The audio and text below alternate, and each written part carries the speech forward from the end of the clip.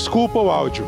Você já leu ou já ouviu essa frase antes, né? Pois esse é o nome do nosso podcast semanal que está começando agora e nós vamos falar aqui a respeito de arte, cultura, entretenimento, comportamento. Sempre a partir do nosso lugar no mundo. Nós estamos em Porto Alegre, mas nós vamos falar do que está acontecendo, não apenas aqui, mas no Brasil e no restante do planeta. A gente está no palco do GRES, que é uma casa de shows aqui de Porto Alegre, muito bacana, tem pouco mais de um ano e que fica localizada no 4º distrito da capital gaúcha, que foi um dos locais mais atingidos pelas enchentes, pelas chuvas de maio agora de 2024.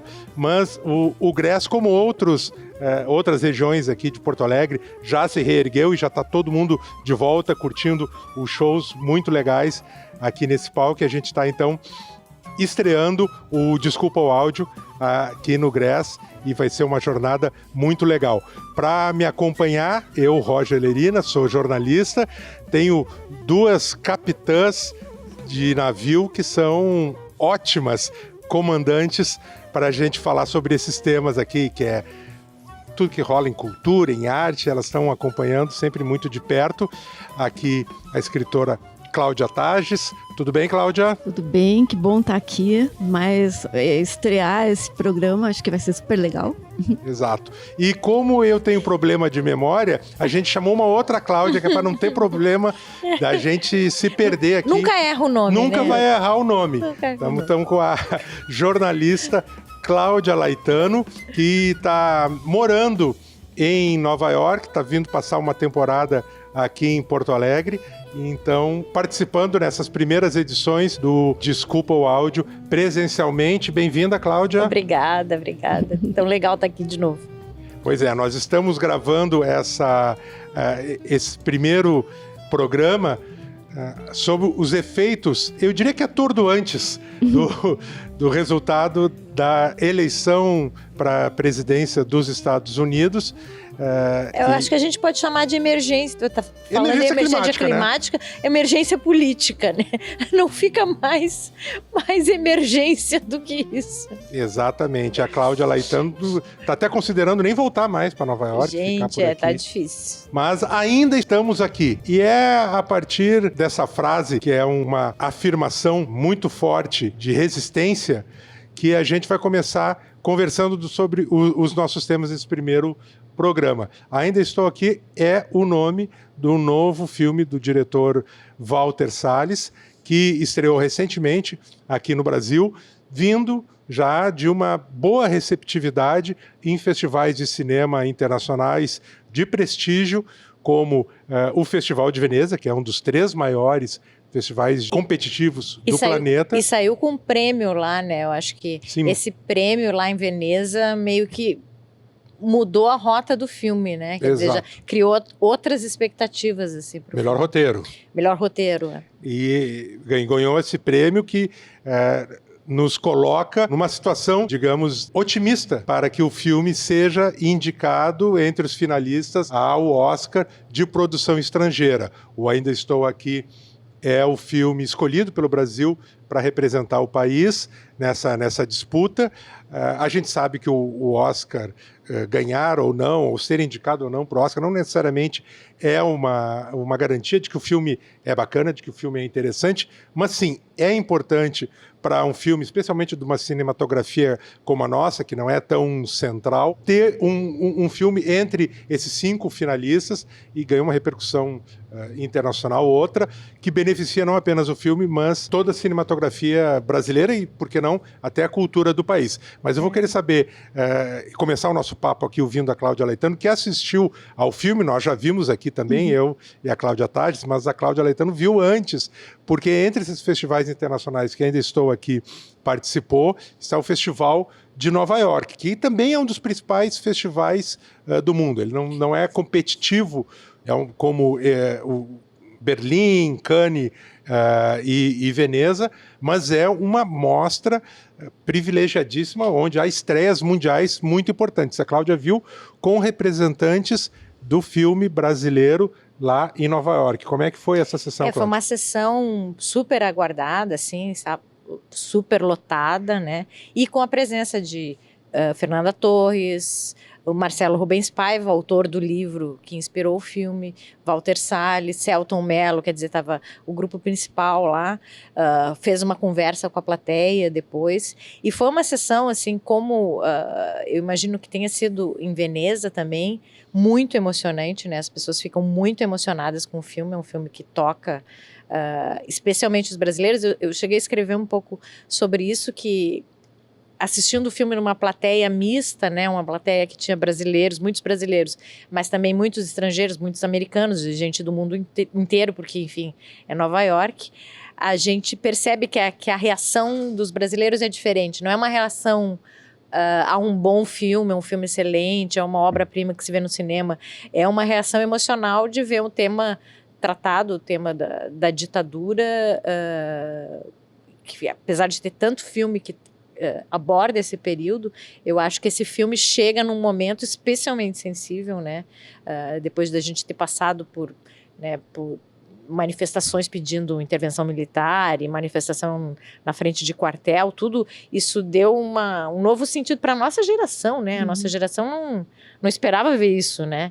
Então, eu acho que esse filme chega num momento muito sensível, né? E toca o público brasileiro. Se vai ser considerado, assim, por outros festivais, ou mesmo pelo Oscar, um filme que vale qualquer outro tipo de premiação, eu acho que é outra conversa. Que bom, tomara que seja indicado ao Oscar e tudo mais. Mas a qualidade, o sentido do filme, para nós, ela já tá dada, né? Eu acho muito... Eu queria ouvir vocês, assim, mas eu acho muito difícil não se sentir especialmente tocado, assim, pelo filme. Sem dúvida. Eu queria ouvir de ti, Cláudia Tages, a tua impressão, então, sobre...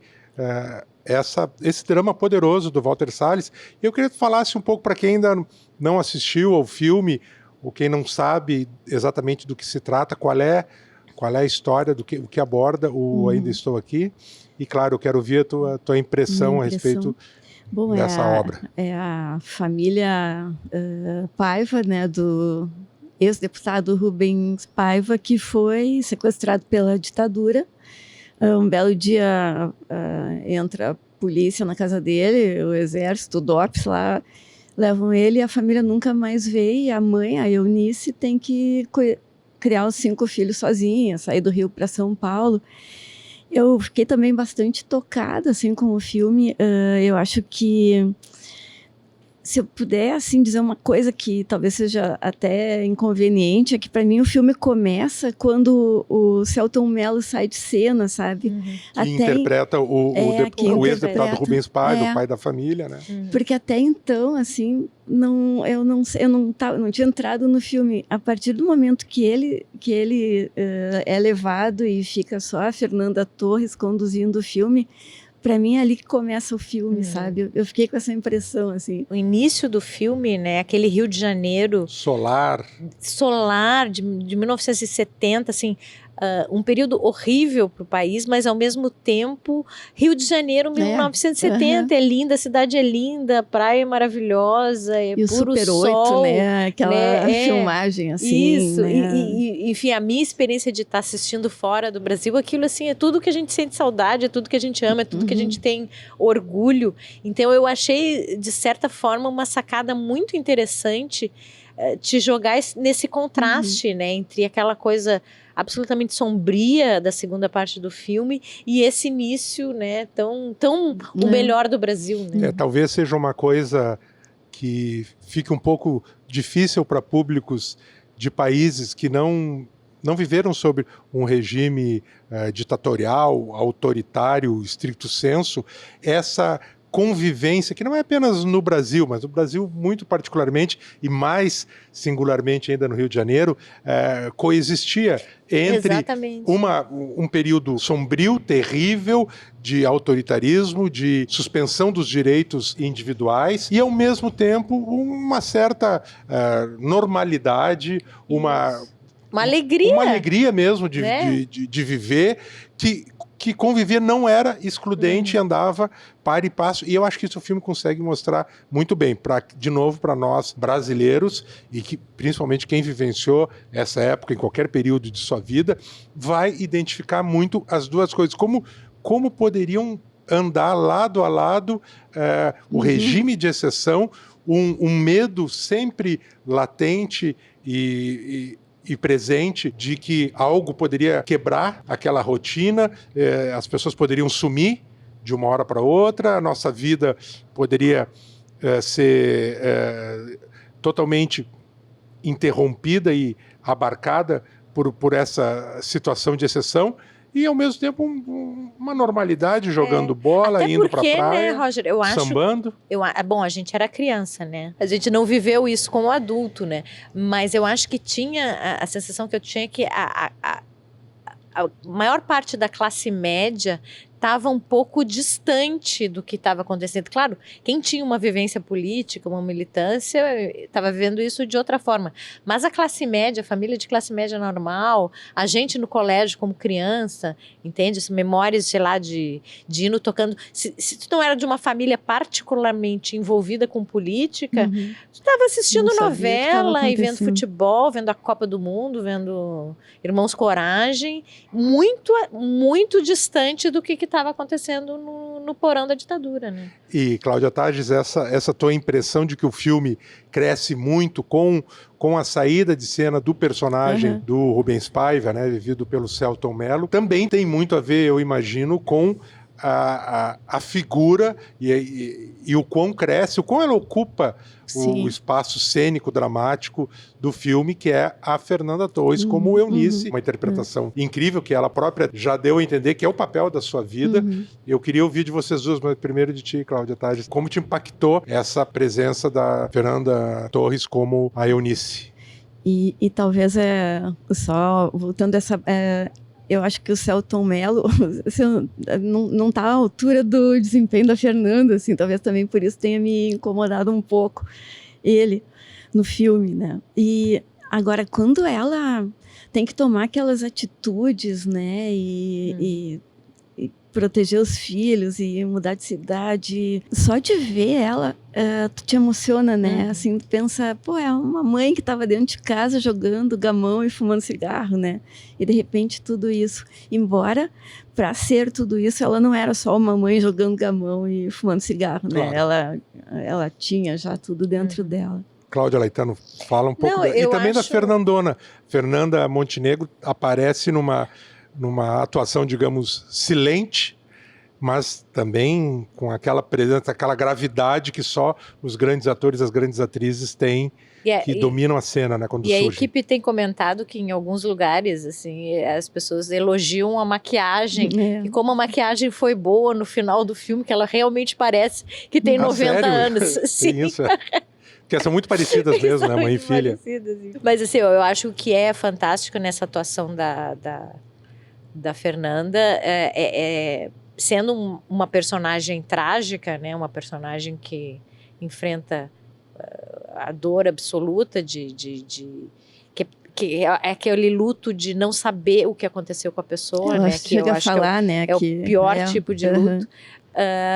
A interpretação dela é muito contida, então o sofrimento todo está ali, mas ele não está exagerado, ele está assim na medida certa, né, para dar o recado sem exagero, o que parece simples, mas é a coisa mais complicada do mundo, né, em termos de atuação, assim. Eu acho que é o papel da vida dela, sem dúvida nenhuma, até porque eu acho que entra num registro que não era o principal registro dela, né, esse registro dramático. A dignidade, né, assim, é o que passa, né, bom, vocês devem lembrar da Casa dos Budos Ditosos, que é um dos grandes sucessos dela no teatro, né? Interpretação totalmente para fora. Da mesma forma que os normais, aquela série. Os normais na televisão. Então a gente está acostumado com essa Fernanda Torres exuberante, assim, né? E ela consegue entregar uma interpretação contida, excepcional, assim. Cláudia Laetano, eu queria aproveitar que tu tivesse esse privilégio de acompanhar o New York Film Festival,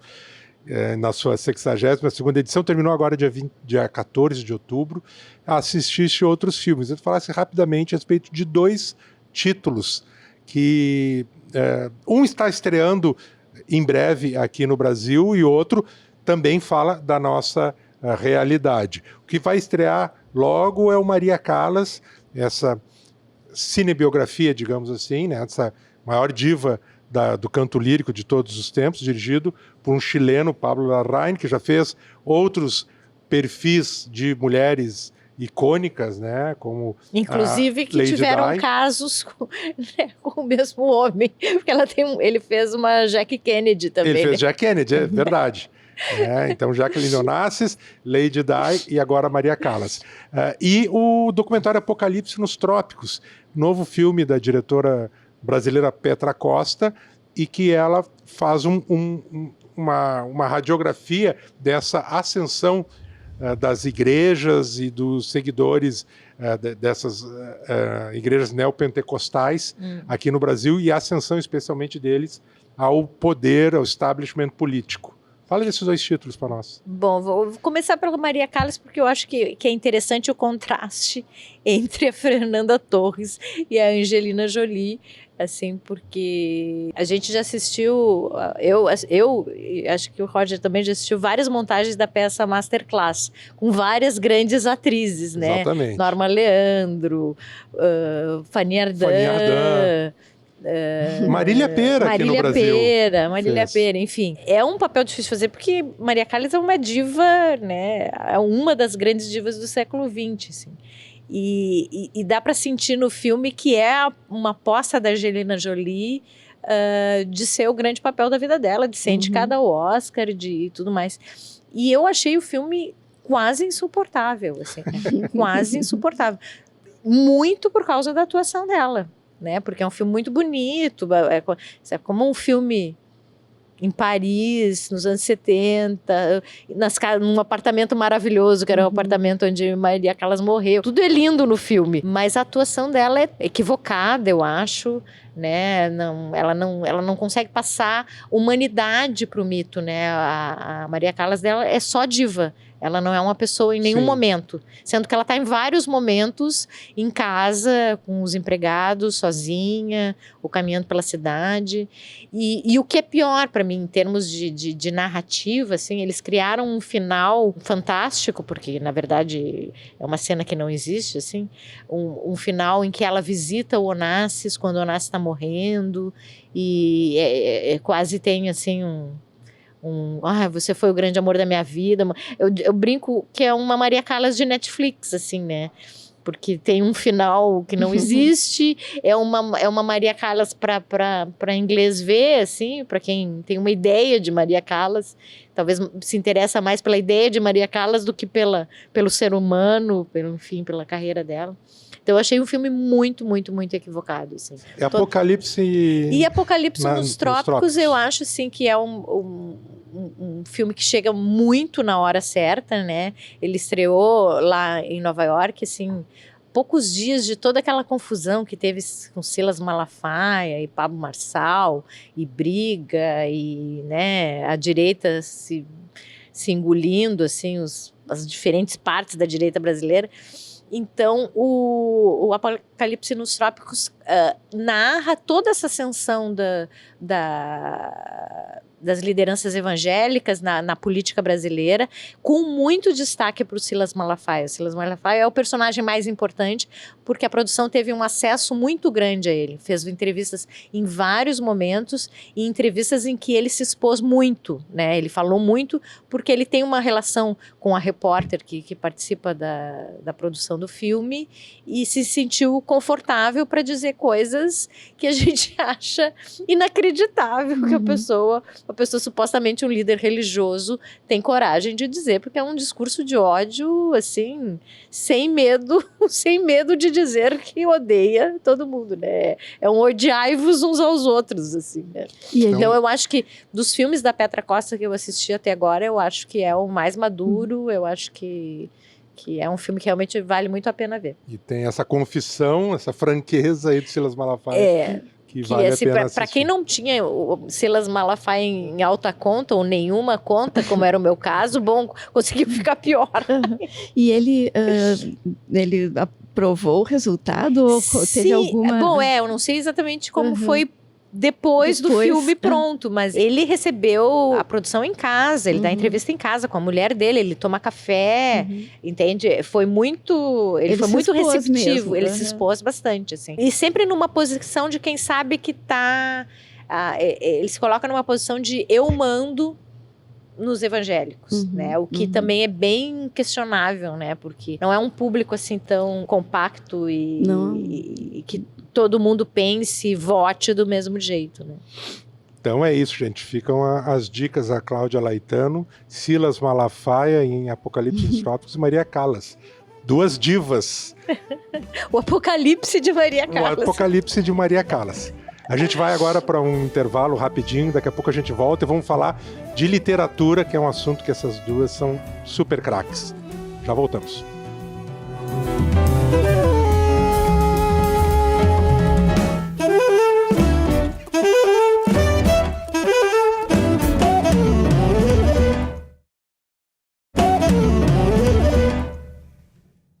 Estamos de volta com Desculpa o Áudio.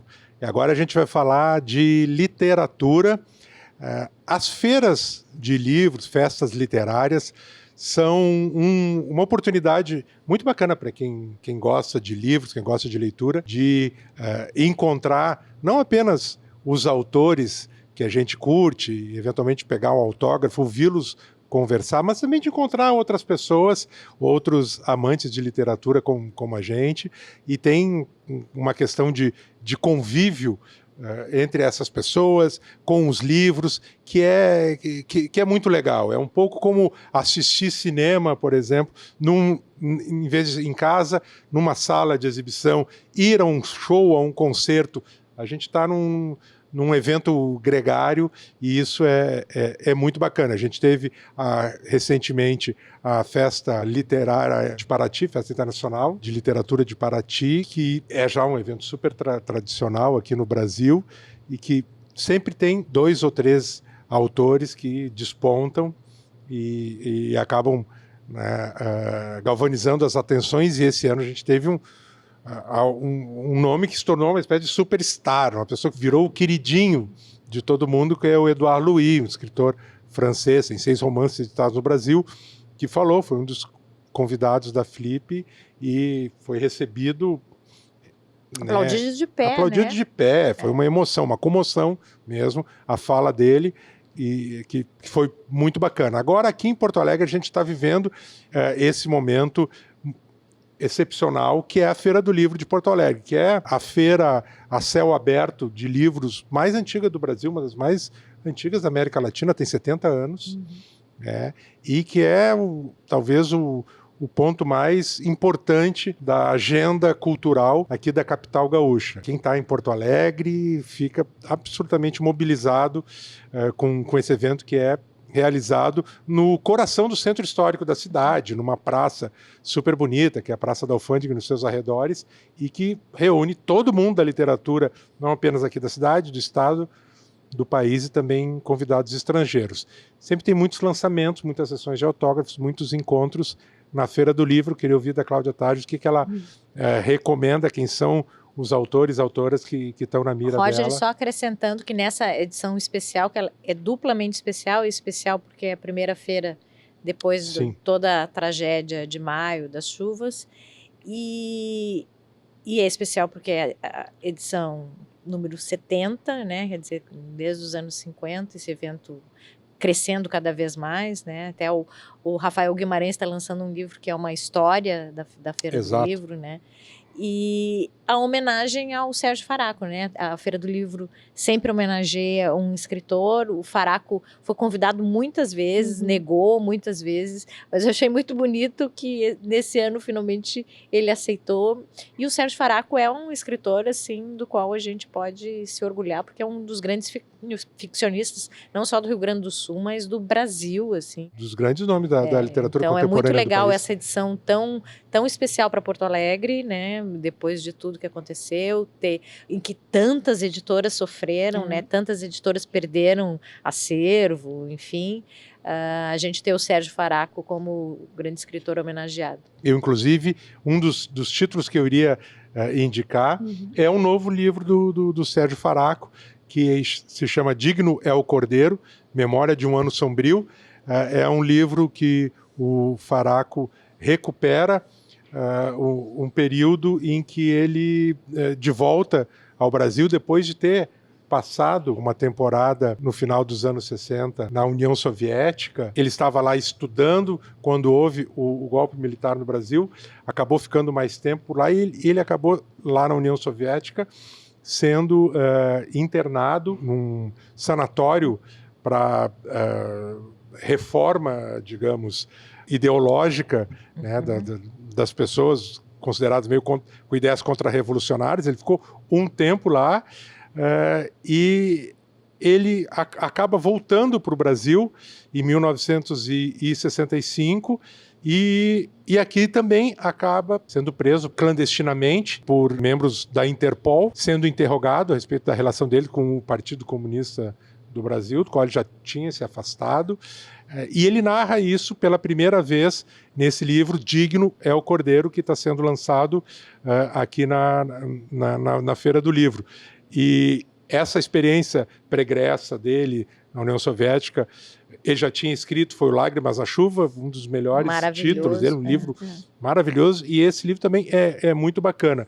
E antes de ouvir qualquer livro do Faraco é sempre boa notícia, porque ele tem escrito pouco e é um grande... É sempre muito Passa bem-vindo. anos lapidando um conto. Exatamente. E antes de ouvir a Cláudia Tages falar das dicas, já que eu comecei a falar do Faraco, lembrando que o Sérgio Faraco, ele tinha sido cogitado para ser patrono da Feira do Livro de Porto Alegre. O patrono é um dos postos mais tradicionais aqui do evento, e ele sempre negava, porque quando ele começou a ser sondado, convidado, a Feira do Livro tinha adotado uma metodologia de escolha que era por votação. E o Faraco se recusava. O Faraco é um sujeito que tem uma postura... É um lorde. É um lorde, ele tem uma postura ética, existencial, irretocável, de uma retidão e de uma generosidade absolutamente ímpares. E ele se recusava a participar de uma disputa com colegas de letras por essa honraria, por uma votação em que ele ia disputar, digamos assim, com outros colegas. Então ele sempre se recusava, não participo. A Feira do Livro, né, os organizadores, que a Câmara Rio-Grandense do Livro mudou esse sistema nas últimas edições e voltou, já foi assim antes, a convidar diretamente alguém. Olha, a senhora aceita ser patrono ou patrona da Feira do Livro sem ter uma disputa, uma eleição. A pessoa diz sim ou não.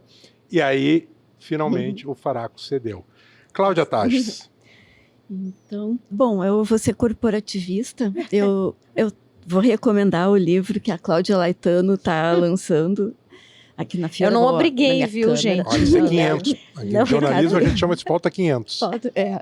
Recado dos Dias, pela Libreto, são crônicas, né, de um período, não sei se tem um recorte, porque eu ainda não li. Tem um período de 10 anos, assim, porque a última coletânea é de 2012, então peguei colunas de 2013 em diante. Então, e eu dei uma olhadinha por cima, a edição tá linda e o lançamento vai ser dia 17. Dia 17, os autógrafos às 19h e um pouquinho antes, às 18 horas, um bate-papo com a Diana, que aí definitivamente, porque, assim, todo mundo sabe que nos confundem o tempo inteiro, né? Eu e a Cláudia. Cláudia Laetano e Cláudia Tages? Cláudia Laetano e Cláudia Tages, a ponto de ontem pediram o meu autógrafo e o rapaz disse assim, eu quero muito teu autógrafo, Cláudia Lages. Então surge uma terceira. Tem uma terceira, é a melhor versão de nós mesmos. E a Cláudia Tages tem este livro da Sempre Tua, escrito com a Diana Corso. Sim. E eu convidei a Diana Corso, não só para fazer a orelha, como para conversar comigo na Feira do Livro. Então agora as pessoas não vão mais saber quem é confusão, Tages. é tudo junto. E esse podcast aqui também, ninguém nunca mais vai saber quem é quem. Acabou, a personalidade já era. E eu trouxe também a Marta Medeiros, que é o nosso arrasa quarteirão da feira, né? Que está completando 30 anos de crônicas. E esse livro comigo na livraria são crônicas sobre literatura, assim, então é bem interessante, porque ela não se preocupou em ter só os lançamentos, claro, então tem livro de 20 anos atrás, né? E a Marta é dia 9 às 17 horas, provavelmente com as maiores filas da feira, ou alguma delas. A outra vai ser da Laetano. Cláudia Laetano, continue as suas indicações, mas antes eu queria aproveitar, já que falaram assim, do teu livro, Cláudia Laetano, do livro da Cláudia Tages, da Marta Medeiros, são 3 cronistas. E é um gênero que já foi muito prestigiado no Brasil, ainda é muito praticado, talvez não viva mais a mesma época de ouro, como já teve, talvez. Uma época lírica, né? Assim, Exato. Uma época mais épica, e que todos os grandes autores, de alguma maneira, passavam aqui no Brasil pela crônica, e no mundo inteiro, um dos países que melhor burilou esse gênero eu foi acho o Brasil. que é um gênero específico, é crônica brasileira, né? Não, olha só. acho que é um fenômeno do Brasil, assim. Continua falando, porque é isso que eu quero que vocês falem sobre como é que está o gênero atualmente. A minha sensação é que o gênero mudou junto com as mudanças dos jornais, da imprensa, dos meios de comunicação. Quer dizer, acho que a crônica tinha um papel no jornal no tempo que o jornal era o veículo por excelência, o jornal de papel, que as pessoas recebiam em casa, liam de manhã antes de trabalhar. Então, elas liam as notícias e tinha lá uma área com um texto mais leve, sem necessariamente ter um compromisso com o noticiário, ou que refletia sobre alguma coisa da cidade, enfim. Eu acho que, de alguma forma, a internet, a maneira como a gente se informa hoje em dia, que é lendo o tempo todo, e muitas vezes lendo mais coisas leves do que coisas pesadas, quer dizer, lendo mais textos que funcionam como entretenimento, como distração, do que lendo hard news. Isso eu acho que impactou a crônica, porque de repente aquele tipo de texto, aquele tipo de jornal não existe mais. Então o que acabou acontecendo, eu acho, foi uma espécie de segmentação. Então a gente tem pessoas escrevendo textos que a gente pode chamar de crônicas, mas que caminharam para a especialização. Então a gente tem o cronista psicanalista, o cronista jornalista, a cronista feminista, o cronista político. Teve uma pulverização e cada vez a gente tem menos aquele tipo de cronista da cidade, né? Generalista. Ou generalista. Essa, pelo menos, é a minha sensação. Assim. É o mesmo que acontece na medicina, digamos assim. Né? Você não consegue o médico de família, o generalista, é uma raridade. Hoje todo mundo é especialista. A situação política, assim, levou a gente muito a esse tipo de escrita, né? Porque esses 4 anos passados, né, e que hoje tiveram um triste revival com a eleição do Trump, né? Isso fez a gente, assim, quem tinha voz, quem tem voz, tem que falar, né? Eu tenho até uma história particular. Eu fui contratada para escrever na Ilustrada, na Folha, e eu só conseguia escrever sobre política, assim. Minhas coisas não tinham graça nenhuma, porque não tinha entretenimento, não tinha nada, assim, só tinha Bolsonaro. Tanto que eu fui demitida e ainda processada pelo velho da van, né?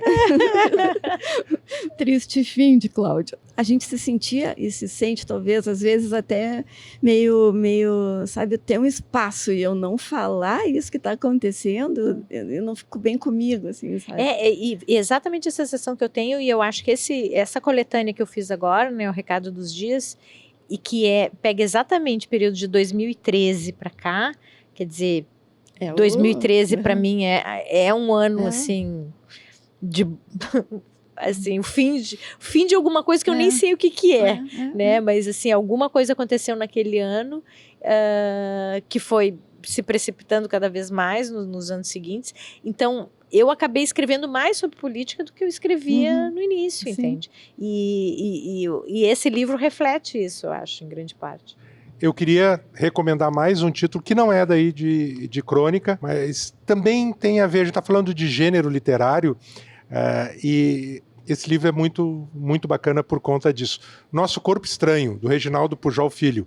É um escritor, é jovem. Eu falo jovem, hoje em dia todo mundo é jovem para mim, eu estou nessa idade. Perto de mim. Que todas as pessoas já são, ou praticamente todas são jovens, mas ele eu acho que é um autor jovem, mas é muito interessante que ele sempre trabalha, os textos dele brincam com a ideia da paródia de gêneros literários ou de estilos de escrita, em que ele questiona, ele faz uma brincadeira, digamos, metalinguísticas com os gêneros para produzir uma terceira coisa. Então ele tem títulos, um dos primeiros, se não foi o primeiro livro dele, chama-se Quero Ser Reginaldo Pujol Filho, então já tem esse espelhamento, essa brincadeira.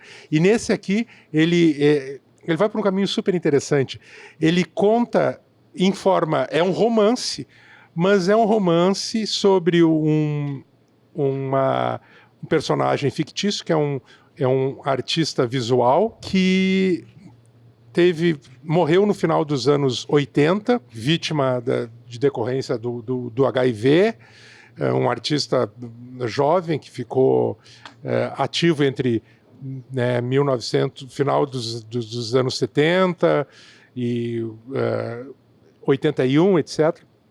Ele conta a vida desse artista que não existe apenas pelos textos de apresentação das obras dele. Aqueles textos de parede, os textos a respeito, escritos, de comentários de apresentação dos núcleos de uma exposição, por exemplo. Quem acompanha a arte contemporânea sabe que tem esses textos de curador que apresentam a exposição, que apresentam o artista e que explicam, ou propõem questionamentos a respeito de cada obra. Então ele dá, assim, gente, o nome do trabalho, o artista chama-se João Pedro. Então, assim, ele tem um trabalho, por exemplo, Intoxications 1, Intoxicações 1, de 1980. Performance, projetor, toca-disco, latas de sopa, vídeo. E aí vem um texto que vai falando um pouco sobre essa obra que nós não vemos, porque é apenas texto, não tem nenhuma reprodução de nenhuma obra desse artista, que, de novo, é um artista fictício, e as suas obras talvez sejam fictícias, então, portanto. E esse texto fala sobre essa obra, mas também fala sobre o que o artista está experimentando, está vivenciando no seu trabalho e na sua vida pessoal naquele momento. É um romance contado com textos de parede de exposição a respeito de um artista visual. E é legal que cada que o leitor é convidado a imaginar a obra, né? Exato, porque há descrições muito vívidas, às vezes não, porque como quem acompanha a arte contemporânea sabe disso, às vezes os textos mais obnubulam, nem sei se é isso assim se conjuga o verbo obnubular. Mais confundem do que confundem, né? Eu também estou confundindo com essa palavra aqui. Mais confundem do que tentam dar alguma luz a respeito do trabalho, mas outros são descritivos, e efetivamente isso, Cláudio. A gente fica imaginando os trabalhos, acompanhando as fases pelas quais passa esse artista, e é muito curioso, porque é divertido, é saboroso, porque ao mesmo tempo que tem a história desse sujeito, tem essa brincadeira metalinguística entre literatura e artes visuais, entre ficção e realidade, entre algo palpável, material e impostura mesmo, que também tem deixa eu ter uma crítica à arte contemporânea embutida aí nesse texto. Então, Nosso Corpo Estranho, que é bem um nome mesmo de exposição ou algum trabalho crítico sobre a arte contemporânea, novo romance, digamos assim, do Reginaldo Pujol Filho. A gente vai agora para mais um intervalo rapidinho, daqui a pouco a gente vem com o último bloco desse Desculpa o Áudio. Já voltamos.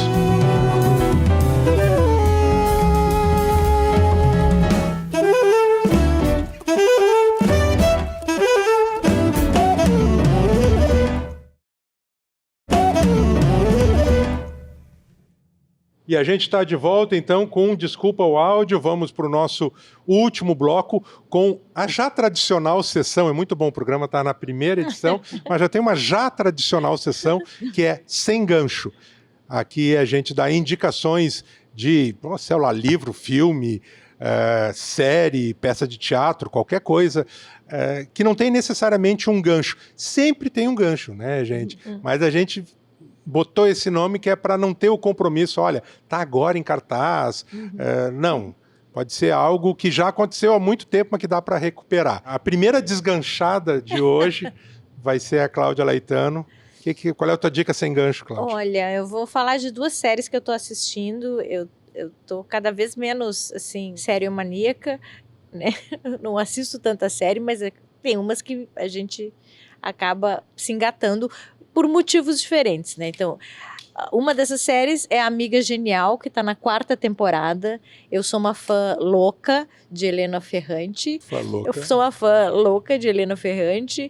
Então, claro que eu assisti todas as temporadas de Amiga Genial, que está chegando ao fim agora, naquela que eu acho que é a melhor temporada. Eu acho que realmente a série amarra muito bem, né, o final. O elenco muda, né, porque a gente teve atrizes de diferentes idades, agora a gente tem elas já como mulheres adultas. Então, recomendo muito, acho que a série honra muito a obra da Helena Ferrante, que, lembrando aqui, foi escolhida recentemente pela uma lista do New York Times, que consultou críticos, jornalistas, leitores, livreiros, enfim, gente do livro de todas as áreas, sobre os grandes livros do século XXI, e o primeiro lugar é a Amiga Genial. Eu fiquei super surpresa, não imaginava que isso fosse rolar. Assim, Ela emplacou mais de um, né, eu acho, nessa lista. Ela emplacou mais de um livro, sim. Ela foi uma das poucas autoras que entrou com 3 livros. E onde é que se vê mesmo aqui no Brasil? No Max, né? No Max, né? Antigo HBO. Agora Max. Agora Max. E a outra série? A outra série é uma série novinha, instalando de nova, que não terminou, ela ainda tá em exibição, né? Um capítulo por semana, na Apple TV, que chama Difamação. É dirigida pelo Alfonso Cuarón, que é um grande diretor mexicano. É aquelas séries que te pegam no início, porque tem muito suspense, muita trama que a gente não sabe o que está rolando, enfim. E aos poucos é muito difícil manter esse pique que agarra o leitor no início, né? Então a gente acaba ficando com a impressão que, né, a coisa vai perdendo um pouco o fôlego ao longo dos episódios, mas o que tem essa série que, enfim, vale a pena ver até o fim é um elenco sensacional, além do Alfonso Cuarón na direção, a gente tem Cate Blanchett, né, no papel principal, Kevin Kline e o Sacha Cohen Baron fazendo um papel sério, né? E o plot, assim... Borat, né? Fazendo o Borat, também sério. conhecido como Borat. A história, assim, só para dar uma micropalhinha, é de uma mulher, uma diretora, uma premiadíssima diretora de documentários, que um dia recebe um livro e começa a ler o livro e descobre que aquela história que está narrada no livro aconteceu com ela. É uma história da vida dela e que ela não faz a mínima ideia quem é essa pessoa que escreveu o livro, por que escreveu o livro e como sabe tudo o que aconteceu. Começa com esse plot e o suspense é fantástico. Tá na primeira temporada. Não, é uma série fechada. É uma série fechada de 8 episódios. Tá no 6º episódio, tem um episódio novo a cada sexta-feira na Apple TV. Difamação em português. No original é disclaimer, que não é exatamente difamação, né? Não é a mesma, é difícil, né? Porque não tem uma tradução exata, eu acho, para disclaimer em português. Algo tipo assim, quando a gente quer, olha, me isento de culpa. Exatamente. Tem um pouco a ver com a história, assim como difamação tem um pouco a ver com a história também, porque tem uma pegada de cancelamento, né?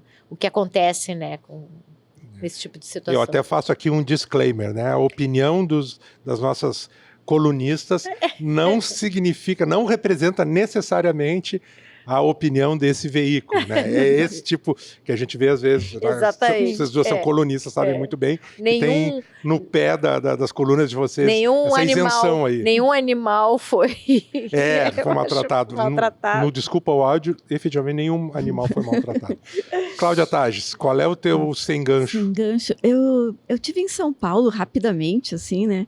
E vi uma exposição na Casa Bradesco, que fica naquele lugar luxuosérrimo. Novíssima Casa Bradesco, inaugurada agora, né?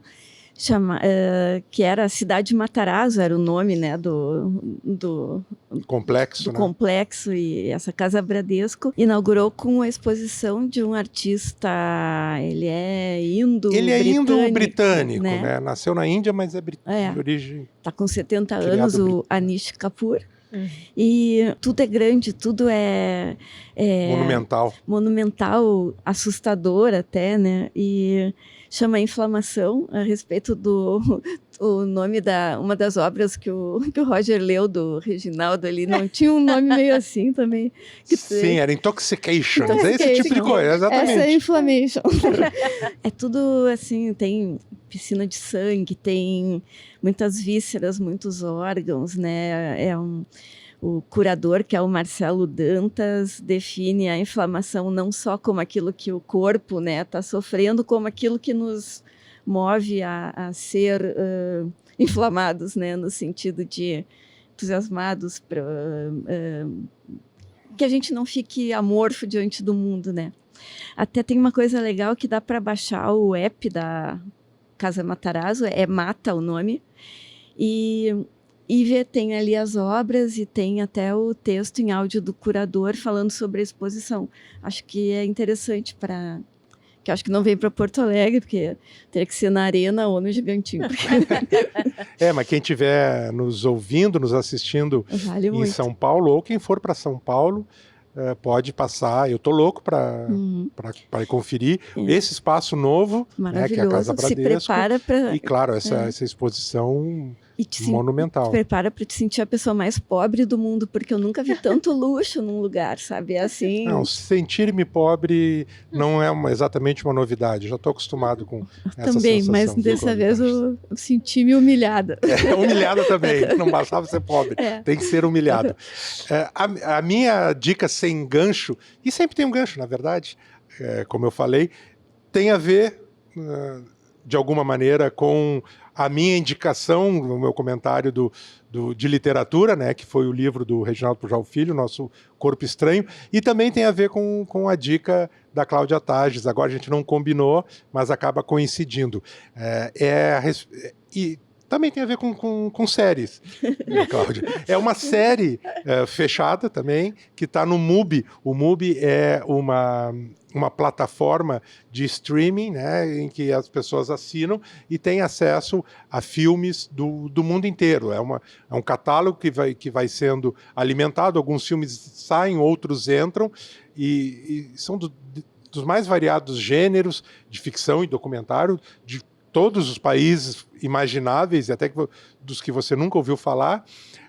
E tem também séries, tem shows, e uma das séries é Self-Portrait as a Coffee Pot. É assim em inglês, seria algo como autorretrato como uma cafeteira. É uma série de 9 curtas-metragens, dirigidas, escritas e protagonizadas pelo William Kentridge, que é um artista visual sul-africano. É um dos grandes nomes da arte contemporânea. Também, da mesma forma que o Anish Kapoor, é um artista que trabalha em várias escalas, mas ele também tem trabalhos monumentais. Aliás, um dos grandes trabalhos monumentais do William Kentridge está em exposição permanente num dos gigantescos pavilhões de Inhotim, né? Esse centro cultural que fica em Brumadinho, do lado de Belo Horizonte, em Minas Gerais, que é o maior museu de arte contemporânea a céu aberto, acho que do mundo mesmo. E aí é uma série com 8 projeções que ele tem lá em Inhotim, simultâneas, e tem música, tem animação, tem pintura, tem dança, e tá tudo isso nessa série. Ele é um artista muito versátil, se expressa em muitas linguagens, e as temáticas dele também são as mais variadas possíveis. Então, ele gravou essa série durante a pandemia, entre 2020 e 2021, no seu ateliê. E ali ele divide com o espectador as mais diversas questões, desde questões artísticas a respeito de como o seu trabalho surge, do significado da arte na vida humana, mas também da política. Eu falei que ele é sul-africano, e aí outro ponto de aproximação com Anish Kapoor, que nasceu na Índia, mas que tem uma tradição britânica. O William Kentridge, sul-africano, branco, também herdeiro de uma tradição, de uma cultura europeia, eurocêntrica, colonizadora. Ele tematiza isso nos trabalhos dele, mas ele fala também de filosofia. Ele usa técnicas de animação e do cinema rudimentar, do cinema mais primitivo, e essa série é uma festa para os olhos, assim, ficar acompanhando ele divagando, porque o pensamento dele também não é muito retilíneo, muito racional, no sentido de explicativo. Ele mais lança questões do que efetivamente dá respostas, o que é muito interessante. Tanto que ele se espelha, dentro das brincadeiras com linguagem que ele faz, ele coloca em efeitos visuais muito bem feitos, muito perfeitos, duplos dele próprio. Então ele conversa com ele mesmo. E tem, no mínimo, 2 William Kentridge sempre em cena, às vezes até mais, e, obviamente, o que um fala é desmentido pelo outro. Diz, não foi assim, não é assim que eu penso. E a gente vai se divertindo, então, de alguma maneira a gente entra na mente desse artista super instigante, super bacana, que já teve em grandes exposições, além dessa do Inhotim que eu citei, aqui em São Paulo, em Porto Alegre, ele teve com uma exposição gigantesca, a coisa de quase 10 anos atrás, chamada Fortuna, em que, de alguma maneira, também repassava esse trabalho, essa trajetória dele. Então eu recomendo, gente, quem tem a assinatura do MUBI, que não tem, assine, que é muito legal, tem um monte de opções interessantes lá, mas vejam o Self-Portrait as a Coffee Pot. Então, esse artista descrevendo-se, fazendo um autorretrato como uma cafeteira. A cafeteira é um elemento sempre recorrente no trabalho dele, então não é tão gratuito assim. É isso, gente. Chegamos ao final, então, do nosso primeiro Desculpa o Áudio. Nosso tradicional Desculpa o Áudio. Nosso tradicional Desculpa o Áudio, é verdade, né? Desculpa.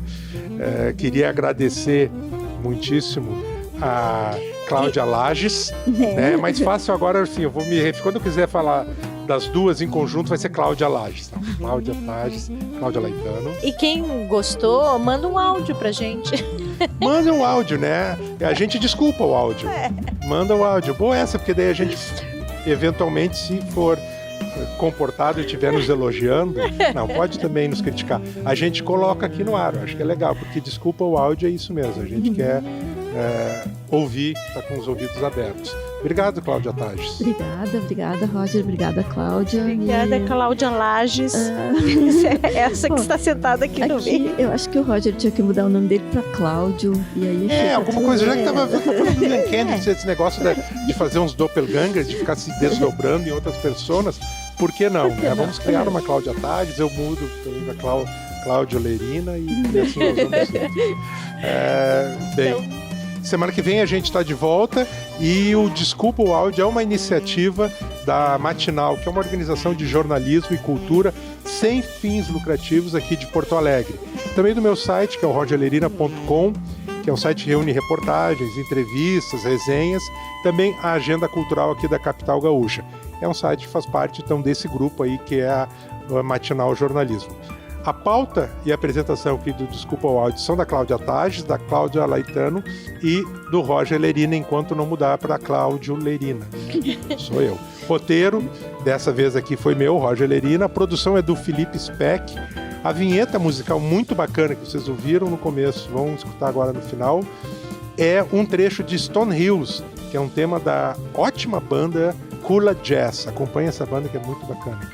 projeto aqui é uma parceria com essa casa de shows, o GRES, então a gente agradece ao Rafa Hudden, a toda a galera, os sócios e a equipe que nos recebem super bem aqui, calorosamente, e propiciam, né, conseguem fazer com que essa gravação possa rolar aqui no palco do GRES.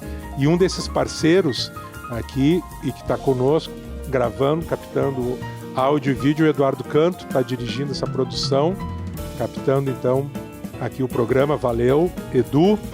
Também um salve especial à equipe da Matinal, ao time lá do meu site, e que é essa galera que mantém essa roda girando aí. Bom, lembrando que para apoiar a Matinal e ajudar a financiar a equipe, especialmente aqui o nosso já tradicional site, acesse matinal.org/assine. Apoiadores, além de sustentarem o nosso trabalho, têm acesso a conteúdos exclusivos, como uma curadoria especial aí da Agenda Cultural de Porto Alegre. Dá para ouvir aqui esse programa, Desculpa o Áudio, nas plataformas de streaming todas aí, Spotify, Deezer e YouTube. Também dá para acessar o matinal.org/Desculpe o Áudio, e aí lá você escolhe a plataforma que quiser escutar a gente. Outra coisa, dá para procurar por Desculpe o Áudio diretamente nessas plataformas, nos seguir e ativar o sininho, que é para receber as notificações sobre novos episódios. Esperamos então que seja só o começo, né, de uma longa jornada. Novamente, obrigado a todos vocês. Semana que vem tem mais Desculpa o Áudio. Tchau!